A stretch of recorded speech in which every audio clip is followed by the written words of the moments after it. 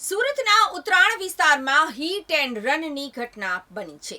Moped સવાર બે મહિલાઓને પાછળથી ઝડપભેર ટક્કર મારી કાર ચાલકે ઉડાવી દીધા. આ હિટ એન્ડ રનની ઘટના 22 માર્ચ 2025ના રોજ બપોરે 4 વાગે બની હતી. આખી ઘટના સીસીટીવી કેમેરામાં કેદ થઈ ગઈ. ઉત્તરાણ પોલીસ ટીમે તાત્કાલિક કાર્યવાહી હાથ ધરી અને આરોપી સુધી પહોંચવા માટે લગભગ 70 સીસીટીવી ફૂટેજ ખંગાળ્યા હતા.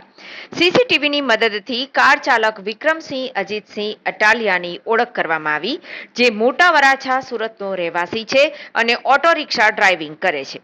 ફરિયાદી અને તેની પુત્રી સુદામા ચોક પાસેથી મોપેડ પર સવાર થઈ રવાના થયા ત્યારે અજાણ્યા કાર ચાલકે પાછળથી પૂર ઝડપે આવી ગફલતભરી રીતે ટક્કર મારી હતી.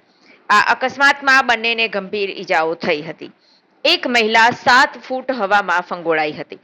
ટક્કર મારીને મહિલાઓની સ્થિતિ જોઈ પણ તે કાર લઈને ઊભો રહ્યો નહીં અને ફરાર થઈ ગયો.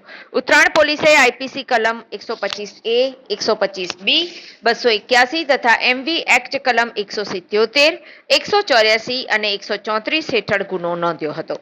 આ અકસ્માતનો આરોપી વિક્રમસિંહ અજીતસિંહ અટાલિયા માત્ર હિટ એન્ડ રન કેસમાં જ નહીં પરંતુ અગાઉ પણ અનેક ગુનાઓમાં સંડોવાયેલો છે. વિક્રમસિંહ વિરુદ્ધ અગાઉ હત્યાનો પ્રયત્ન, મારામારી, હથિયારથી ઈજા પહોંચાડવી, રસ્તો રોકી અવરોધ ઊભો કરવો, ઉશ્કેરાટ કરવો, ગુનાને સમર્થન આપવું અથવા સહકાર આપવા માટે ગુનો નોંધાઈ ચૂક્યા છે. તો સાથે સાથે અમરોલી પોલીસ સ્ટેશનમાં તડીપાર પણ થઈ ચૂક્યો છે.